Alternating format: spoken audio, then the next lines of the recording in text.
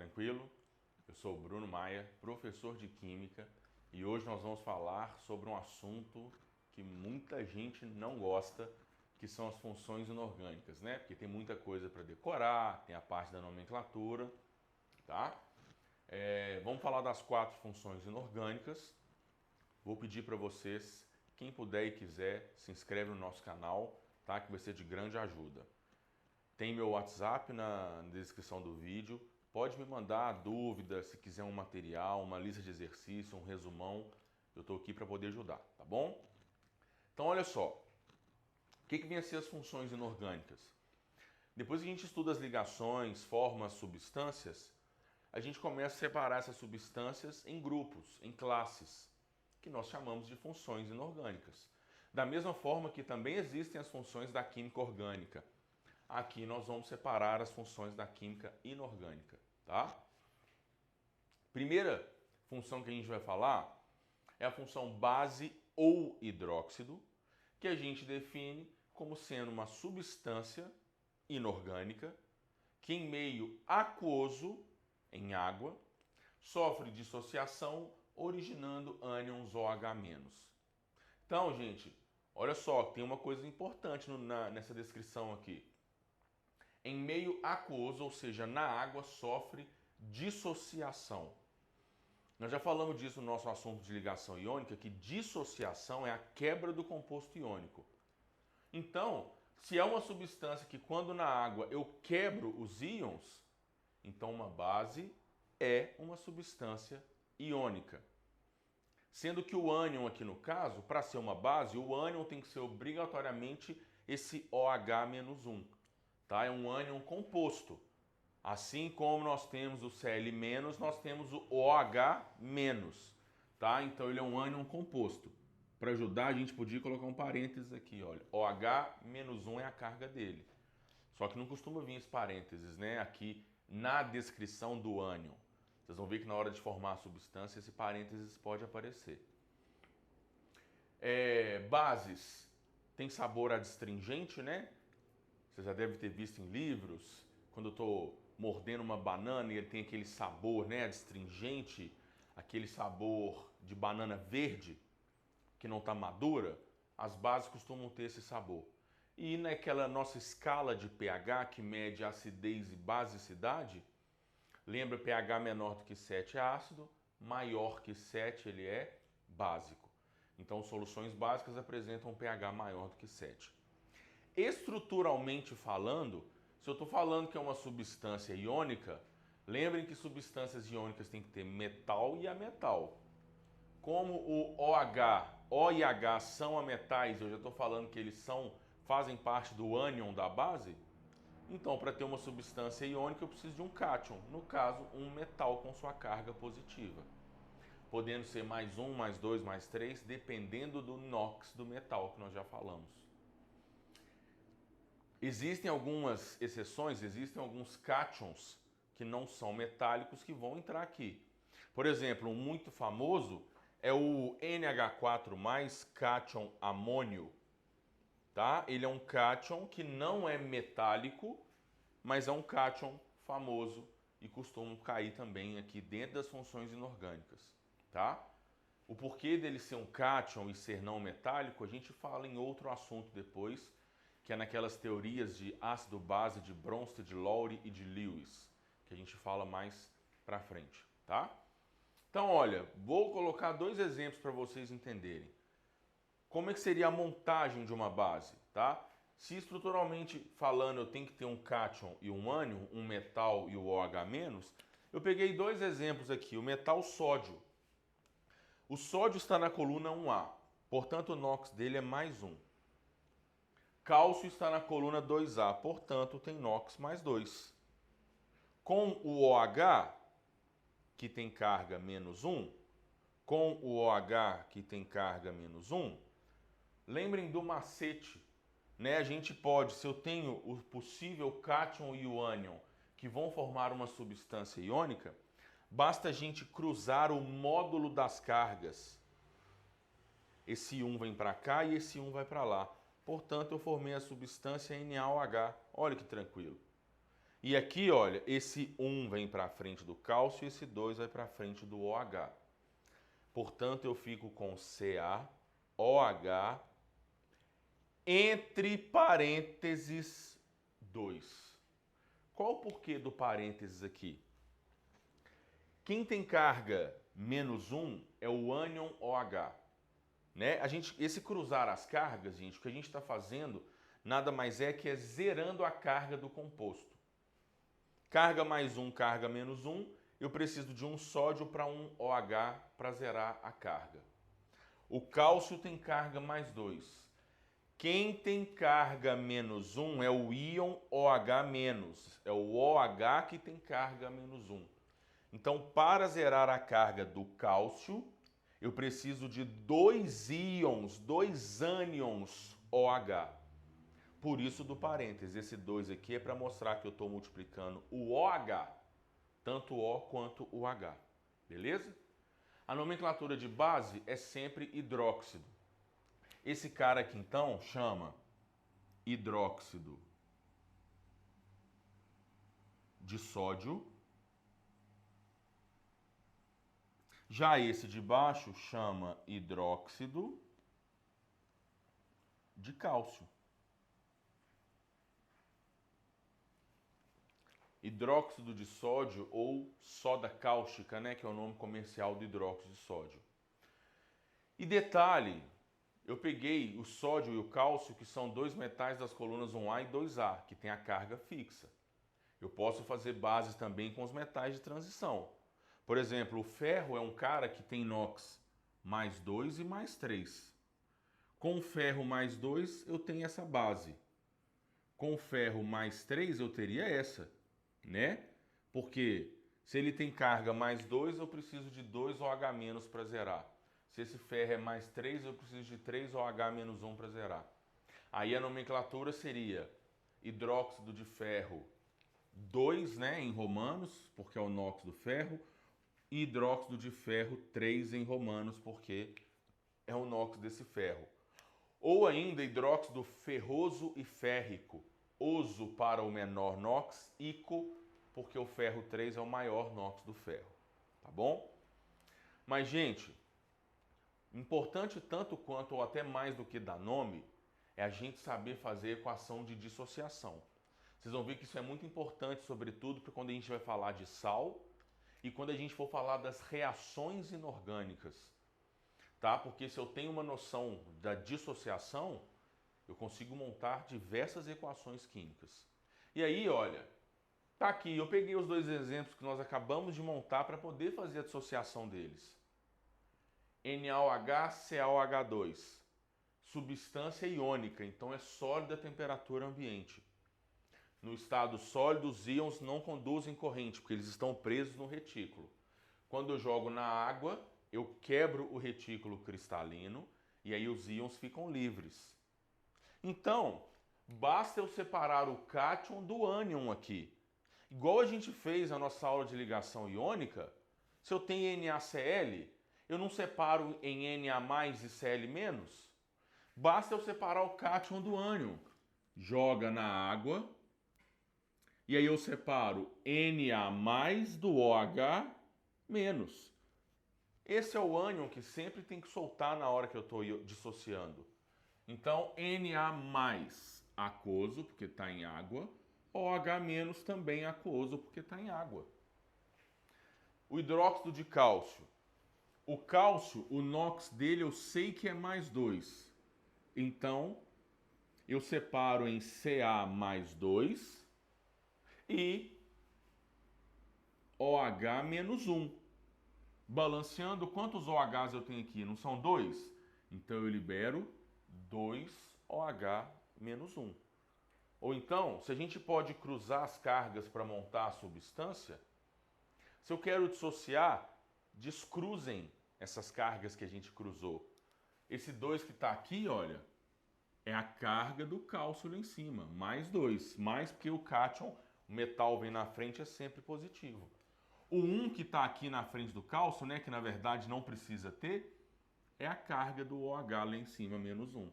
Mas a gente já tem que saber que o OH é -1, tá bom? Então esse processo de dissociação iônica é importantíssimo. Vocês vão ver que quando a gente for falar de sal, eu tenho que saber fazer isso para poder montar as equações que vão vir pela frente. E um detalhe muito importante sobre as bases é a seguinte: as bases, gente, por serem substâncias que em água originam íons, a gente chama essas substâncias de eletrólitos, tá? Ou soluções ou substâncias eletrolíticas. Em água vão originar íons que são capazes de conduzir corrente elétrica. E se a base é uma substância iônica que em água dissocia, originando íons livres, então são substâncias que em água conduzem corrente elétrica. Só que existem algumas bases que vão conduzir mais ou que vão conduzir menos a corrente elétrica. E aí eu tenho que saber que as bases fortes, né? O que é uma base? Uma base em água dissocia, originando OH-. O que é uma base forte? Que em água ela tem grande tendência em dissociar. E aí isso faz com que ela solte muito o íon OH-, que ela tem uma grande tendência em dissociar. E se ela tem uma grande tendência em liberar íons, em originar íons, então ela vai originar uma solução com grande concentração de íons livres. Portanto, essas bases que são fortes, elas têm mais tendência em conduzir corrente elétrica. Questões de prova que vocês já devem ter visto. Se eu ligar lá um circuito elétrico acoplado a uma lâmpada numa solução aquosa que tenha uma substância que possa originar íons em solução, quanto mais íons, maior é a capacidade de conduzir corrente elétrica. Então essa lâmpada, por exemplo, acoplada a esse sistema, se ela tiver em uma solução com grande concentração de íons, ela vai apresentar um brilho mais intenso. No caso das bases, as bases fortes têm essa característica. E quais são as bases fortes? É só guardar, isso é muito importante cair em prova. Quando eu tenho o OH- no caso, a hidroxila, esse íon hidroxila, ligado a metais alcalinos e alcalino terrosos das colunas 1A e 2A, exceto o magnésio. Então, se eu tiver um OH ligado a um metal da coluna 1A ou da 2A, exceto o magnésio, a minha base é forte, ela tem grande capacidade de conduzir corrente elétrica, porque ela vai originar muitos íons. Da mesma forma, se for uma base fraca, então a tendência de conduzir corrente elétrica, a tendência de dissociar é baixa, portanto a capacidade de conduzir corrente elétrica também é baixa. A gente diz ainda que as bases fortes são muito solúveis em água e as bases fracas são pouco solúveis ou até mesmo insolúveis. Além disso, outra coisa importante para provas: bases são usadas para neutralizar a acidez. Nós vamos falar isso no sal. Eu, ser humano, se eu estou com elevada acidez no estômago, eu preciso ingerir uma base ou algo que tenha caráter básico. Por exemplo, um bicarbonato de sódio, que a gente fala depois sobre ele, que não é uma base. Ele só tem caráter básico. Gente, se eu vou ingerir alguma base para neutralizar a acidez no meu estômago, jamais essa base pode ser uma base forte, tá? Tanto que existem soluções aí no mercado que a gente costuma ingerir para poder neutralizar essa acidez. E uma muito famosa é o leite de magnésia, que trata-se de uma solução ou uma suspensão de hidróxido de magnésio. E quem já tomou sabe que ele tem uma consistência mais grossa. Eu costumo ter até pedaços dentro do leite de magnésia, porque o hidróxido de magnésio, por ser uma base não forte, né, uma base fraca, ele é pouco solúvel em água. Então a solução dela não fica uma solução homogênea. A gente costuma ter pedaços, né, de sólido lá dentro. Tá bom? Vamos para a próxima função. Já o ácido é a substância que em meio aquoso sofre ionização, originando íons H+, tá? Ácido, então, em água ioniza, originando H+. Base dissocia, originando OH-, ácido ioniza, originando H+, tá? Lembrando, gente, o ácido é uma substância molecular.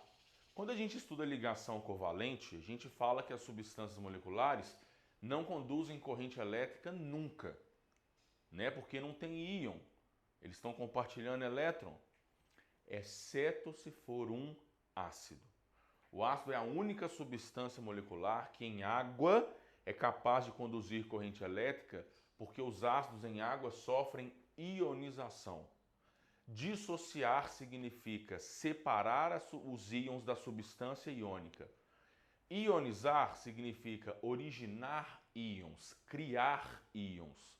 Então o ácido é a única substância molecular que quando eu jogo na água ele é capaz de se transformar em íons. Vamos mostrar na equação aqui. Depois eu vou colocar um videozinho também mostrando na prática a diferença da dissociação para a ionização, tá bom? E, como a gente falou que base tem pH maior do que 7, os ácidos apresentam pH menor do que 7, na nossa escala de acidez e basicidade. Existem dois grupos de ácidos, tá? Os hidrácidos e os oxiácidos. Hidrácidos são ácidos não oxigenados, o que quer dizer que eles não possuem átomos de oxigênio. Já os oxiácidos apresentam átomos de oxigênio. Então, gente, estruturalmente falando, o que tem que ser um ácido, um hidrácido? Se ácido libera H+, é fato, tem que ter um H na fórmula. E se é uma substância molecular, tem que ter um ametal, né, para ter uma ligação covalente. Então, os hidrácidos são constituídos apenas por hidrogênio e um ametal. Por exemplo, eu peguei dois aqui, o HCl, nosso famoso ácido clorídrico, e também peguei como exemplo o H2S, que é o ácido sulfídrico. Percebam, né? Os hidrácidos, os ácidos que não têm oxigênio, tem essa nomenclatura aí com a terminação hídrico. Hídrico é nomenclatura de hidrácido. E o mais importante também é a gente saber fazer a ionização. Então, olha, o HCl é um ácido, portanto, quando em água, ele ioniza soltando H+. Então, gente, é tranquilo. Guarda para não esquecer isso. O ácido é a espécie que solta H+ e o resto menos. Aqui eu tenho um HCl, solta H+ e o resto menos, Cl menos. O H2S em água, ele solta H+ e o resto menos. Quantos H's tem aqui? 2. Então ele pode soltar 2H+. E se ele solta 2H+, o S fica com carga -2.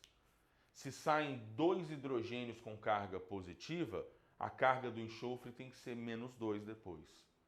Então o ácido solta H+ e o resto todo junto menos. Quanto menos? Depende de quantos H+ eu tenho para tirar do ácido. Por exemplo, já nos oxiácidos, que são ácidos oxigenados, que a gente já citou, que apresentam átomos de oxigênio na fórmula, estruturalmente a fórmula é a seguinte: eu tenho que ter um hidrogênio, ametal e também oxigênio. Então, olha, hidrogênio, ametal, oxigênio. Hidrogênio, ametal, oxigênio. Os nomes desses aqui, eu peguei 4 exemplos. Esse primeiro é o ácido hipocloroso. Cloro porque tem o cloro. Hipo e oso é porque o cloro aqui tem NOx +1. Esse segundo é o nosso ácido sulfuroso. Sulfur porque tem o enxofre. Oso porque o enxofre aqui tem NOx +4. Toda vez que for NOx +1, o NOx do ametal, hipo-oso. Se for 3 ou 4, vai ser oso. Esse próximo aqui é o ácido famoso, tá, gente? Presente nos refrigerantes. Ácido fosfórico. Essa terminação ico é porque o fósforo aqui tem NOx mais 5.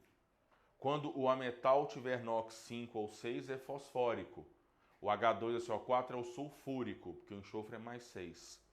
E esse último aqui é o ácido perclórico. Ico, porque o cloro aqui tem NOx mais 7. Tá? Percebam, hidrácidos terminação hídrico, oxiácidos termina em oso ou ico, dependendo do NOx do ametal que está no meio. Só que aí, olha, o que a gente não pode errar é a equação de ionização. Quantos hidrogênios tem aqui? Apenas um. Então, gente, cuidado na hora de ionizar. Tem gente que quer tirar o H, aí quer tirar o Cl do O. Não. Ácido libera só H+. Então, na hora de ionizar, sai aquele H+, lembra que eu acabei de falar, o resto todo junto, sem mexer em nada, menos. H+, resto, ClO, menos. Simples assim. H2SO3. Quantos hidrogênios tem para sair? 2. Então saem 2H+, o resto todo junto, menos. Sem mexer em nada. SO3 menos 2, porque saíram 2H+. Ácido fosfórico. Quantos hidrogênios tem aqui para ionizar? 3. Então saem 3H+, mais o resto todo junto, sem mexer em nada, menos 3, porque saíram 3H+. E esse último HClO4, H+ e ClO4 menos.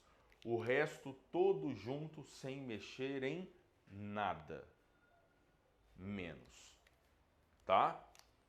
E, da mesma forma que a gente falou isso para bases, eu posso falar para ácidos, sobre a questão da força. Ácidos são substâncias que em água ionizam, originando H+.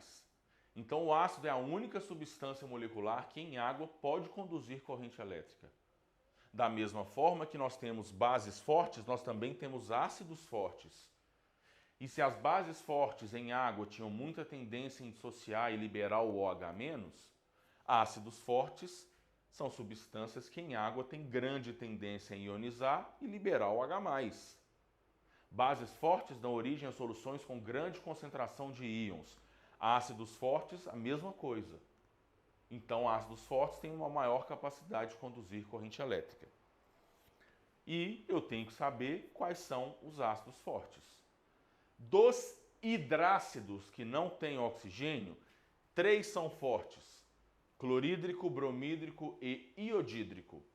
O fluorídrico é um ácido moderado, tá? Então ele é mais fraco que os fortes e mais forte que o restante. Dos oxiácidos, a gente tem que fazer essa continha aqui, ó. Eu olho para a fórmula da minha substância e faço o número de oxigênios menos o número de hidrogênios. Por exemplo, o ácido perclórico, HClO4. Número de oxigênios, 4. Número de hidrogênios, 1. 4 menos 1, e isso dá 3. Ácido sulfuroso, por exemplo, H2SO3. Número de oxigênios, 3. Número de hidrogênios, 2. 3 menos 2 dá 1. Quando essa continha der 0, meu ácido é fraco. Se der 1, como deu no ácido sulfuroso, ele é moderado. Se der 2, ele é um ácido forte. Se der maior do que 2, tipo ácido perclórico, é um ácido muito forte. Isso quer dizer que se eu preparar uma solução com ácido perclórico, ela tem uma capacidade de conduzir corrente elétrica, por exemplo, maior do que uma solução de ácido sulfuroso. Porque deu 1, então esse ácido é um ácido moderado. Tranquilo? Finalmente, vamos falar dos sais agora, tá? Já a função sal, ela é caracterizada pela reação de neutralização e o sal, então, é um composto iônico resultado dessa reação de neutralização. E o que vem a ser, então, a reação de neutralização? É quando eu tenho um ácido reagindo com uma base, isso dá origem a um sal e água, tá? E detalhe, o sal nada mais é que a junção entre o cátion, que é o íon positivo da base, com o ânion, que é o íon negativo do ácido. Por isso que eu falei, saber dissociar bases e ionizar ácidos é muito importante, sobretudo para formar sal e também para estudar outras reações inorgânicas que vêm depois. A mais importante, vamos dizer assim, né, a que a gente mais vai utilizar essa dissociação e ionização, é uma reação que a gente chama de dupla troca, para quem já ouviu falar. Inclusive, a reação de neutralização é uma dupla troca. A gente chama então de neutralização porque eu tenho um meio ácido, se eu adiciono uma base eu consigo neutralizar essa acidez.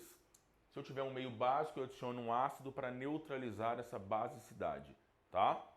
Então, é uma reação de neutralização, mas nós vamos ver que esse sal ele pode apresentar um caráter ácido, básico ou então neutro. Tá? Então a gente fica na cabeça que o sal é sempre neutro, só que o caráter do sal vai depender. Nós vamos ver de que vai depender. Tá? Então olha, tá aqui o primeiro exemplo, o mais famoso de todos que vocês vão ver. HCl e NaOH. Então eu tenho aqui um ácido e uma base. Olha só os passos que a gente tem.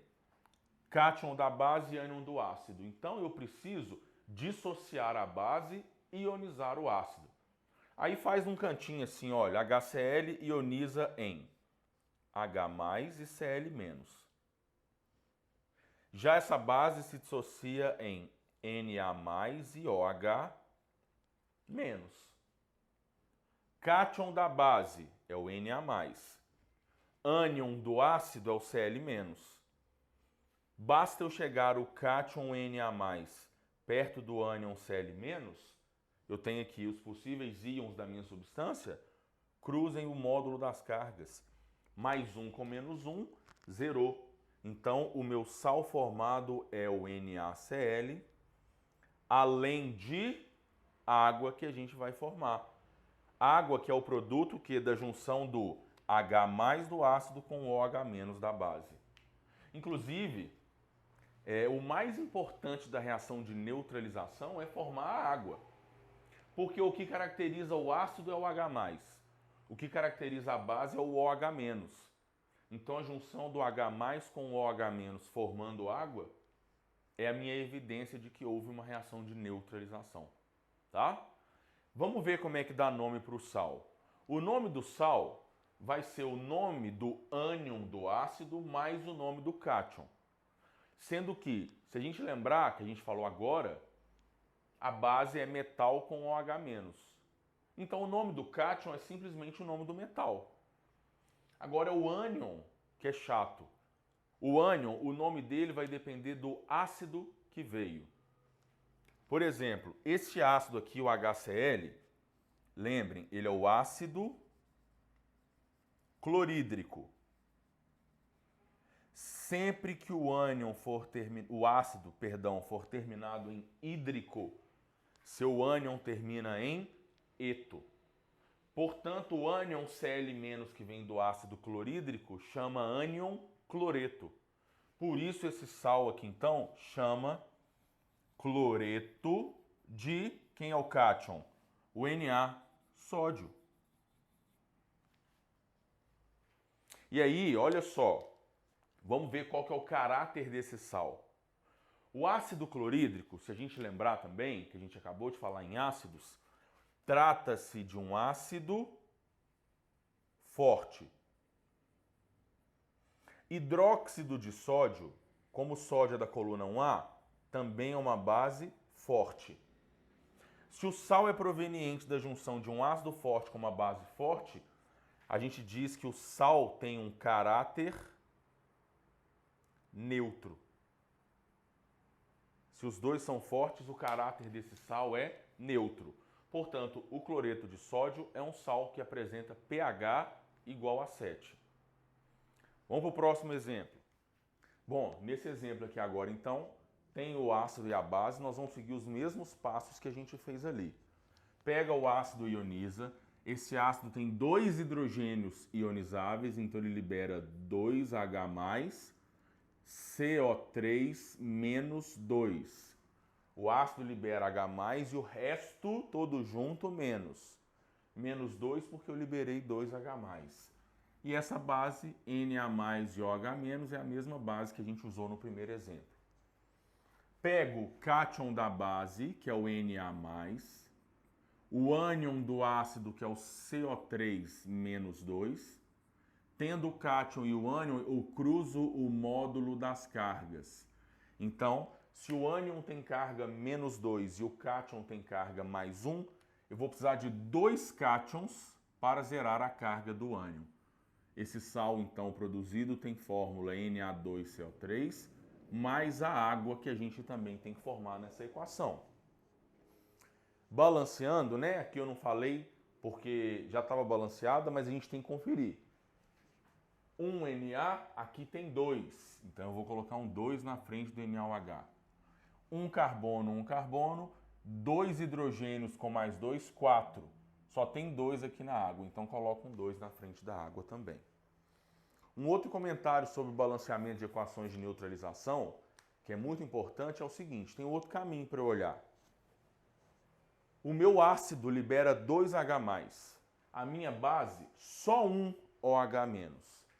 A neutralização é quando o H+ de um ácido se junta com o OH- de uma base para formar água. Aí, olha só o detalhe.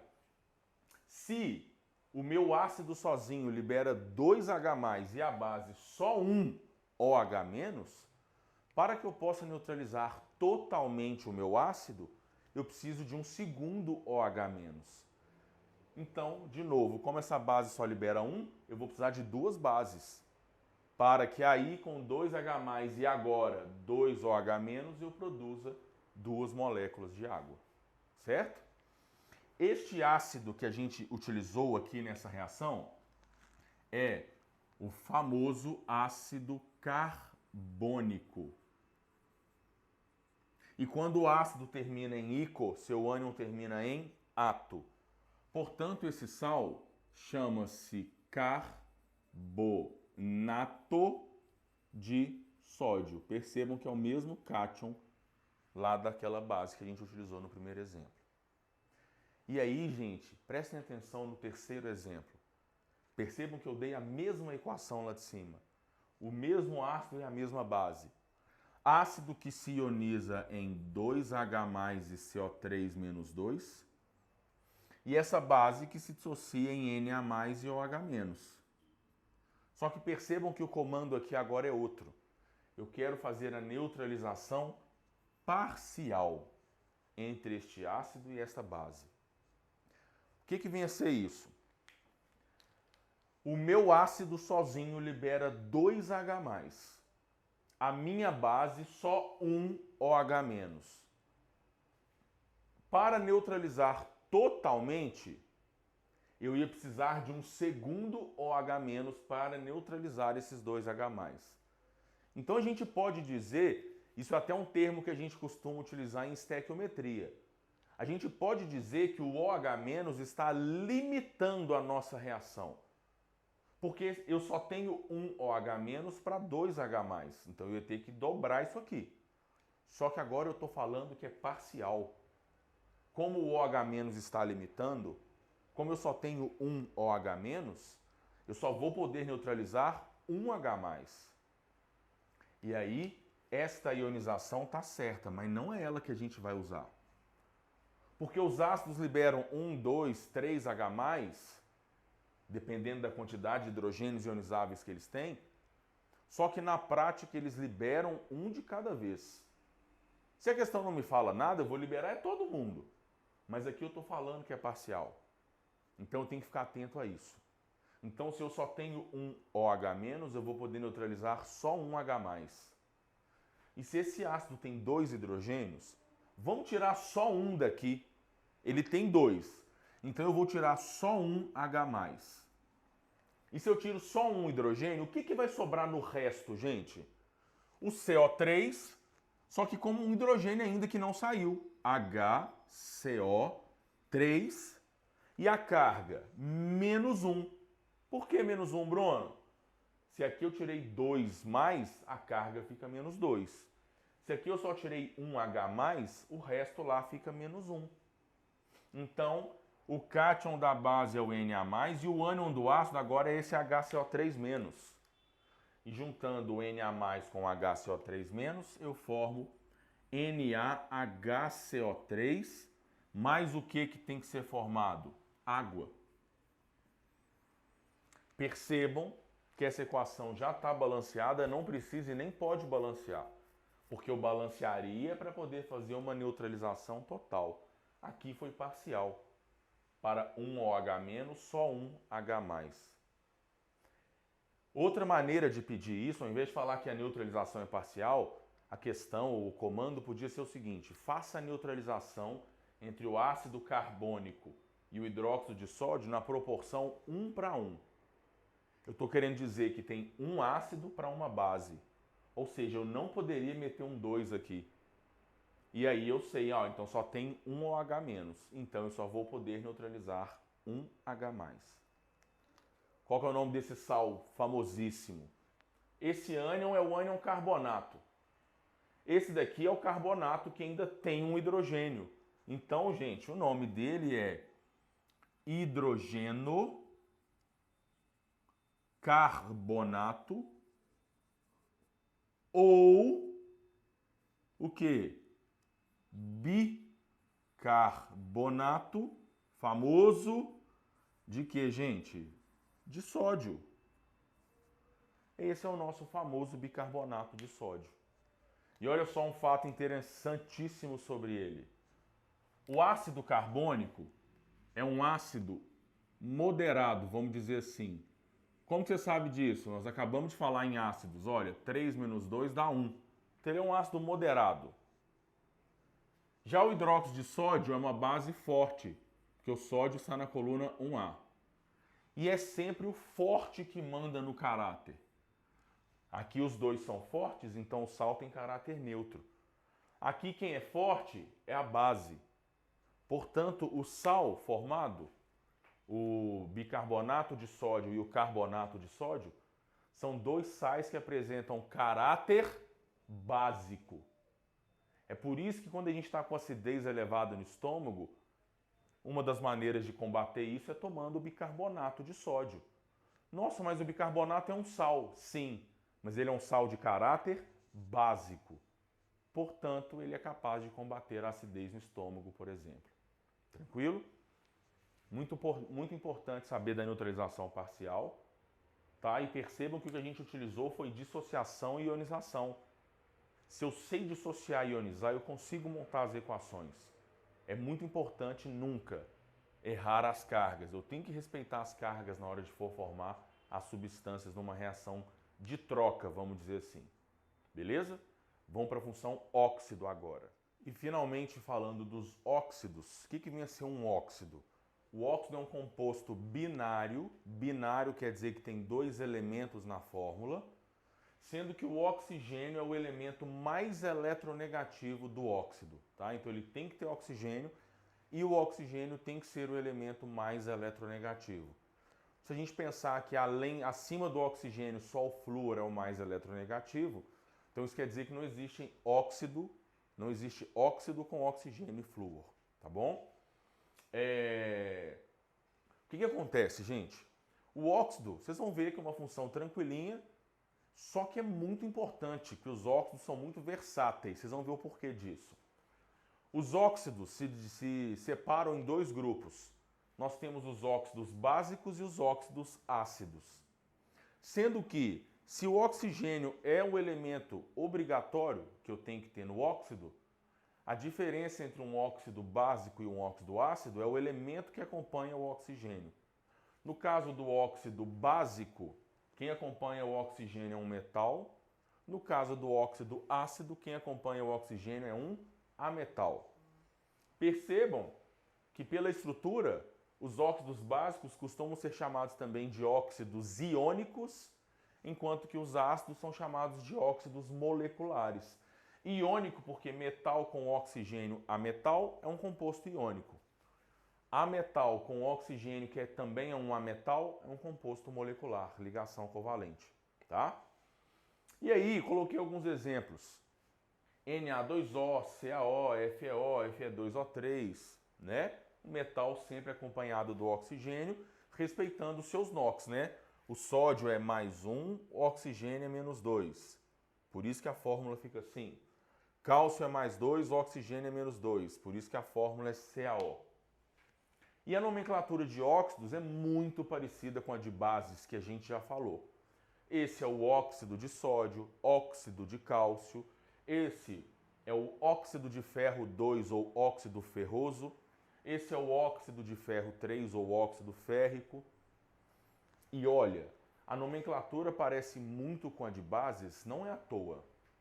E os óxidos são chamados de básicos, os óxidos básicos são chamados de básicos porque eles apresentam propriedades básicas. E essa é uma das reações mais importantes que nós temos dentro da inorgânica também. É muito importante saber que sempre que um óxido básico é colocado em contato com água, ocorre uma reação na qual ele se transforma em uma base. Por exemplo, o óxido de cálcio, caso colocado em contato com água, ele reage e dá origem à base hidróxido de cálcio. Essa reação, sobretudo, é uma reação muito importante no nosso cotidiano, tá? Inclusive aparece muito em prova, porque o óxido de cálcio, ele tem um nome comercial, que é cal. Essa que é a cal virgem. E para que a cal é utilizada?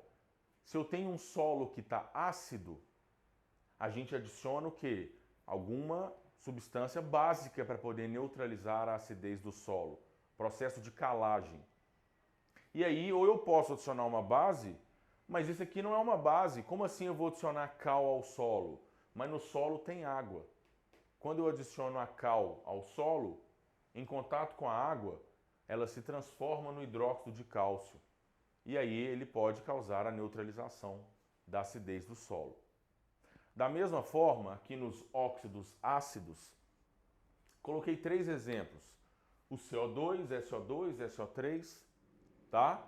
Que são óxidos muito conhecidos da gente, sobretudo CO2, que é o dióxido de carbono ou óxido carbônico.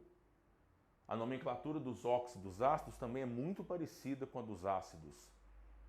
Só que aqui a gente também tem uma outra possibilidade, que é falar a quantidade de oxigênios e do outro elemento que eu tenho na fórmula. Esse é o óxido carbônico ou dióxido de carbono. Esse é o óxido sulfuroso ou dióxido de enxofre. Este é o óxido sulfúrico ou trióxido de enxofre. E a nomenclatura dos óxidos ácidos parece muito com a dos ácidos também, não é à toa. Eles têm propriedades ácidas. E aqui também, essa é uma das reações mais importantes da inorgânica junto com essa daqui. O óxido ácido, por sua vez, quando em contato com água, ele reage levando à formação de um ácido. E essa, assim como essa da cal, é muito importante. O SO3, tá? Ele é um gás produto da queima do enxofre. Enxofre é encontrado em alguns combustíveis fósseis. A queima do enxofre lança SO3 na atmosfera, o óxido sulfúrico ou trióxido de enxofre.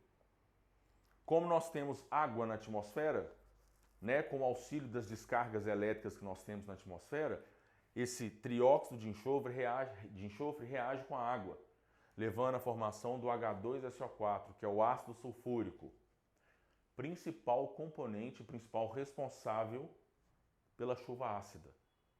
Então, o óxido sulfúrico na atmosfera que forma com a água o ácido sulfúrico. Por isso que a chuva ácida é produto que de chaminés de indústrias, poluição, que lançam esse SO3 na atmosfera. E aí, o ácido sulfúrico, o principal causador da chuva ácida, principal responsável pela chuva ácida. E aí, chuva ácida é essa que pode vir, por exemplo, a acidificar o solo. E aí, para corrigir a acidez do solo, a gente adiciona cal a ele. Tranquilo? Nós temos também os óxidos anfóteros e os óxidos neutros. O anfótero é que ele tem caráter tanto ácido quanto como básico, tá? E os óxidos neutros são os que não têm nem caráter ácido nem caráter básico.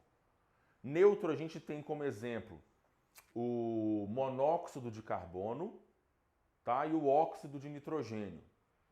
E o óxido nitroso. E dos anfóteros que nós temos como exemplo são o óxido de zinco e o óxido de alumínio. Então, na verdade, esses 4 óxidos, a gente não preocupa muito com eles na questão de reação e tal. É realmente, infelizmente, só decorar mesmo, que tem os neutros que não reagem, que não tem nem caráter ácido nem básico, e os anfóteros, que podem ter caráter tanto quanto ácido quanto como básico. E aí, nesse caso, nem costuma ser cobrado muito em prova, porque como ele tem essa indefinição no caráter, né? Então a gente não me preocupa muito com eles. Tranquilo? Valeu, galera!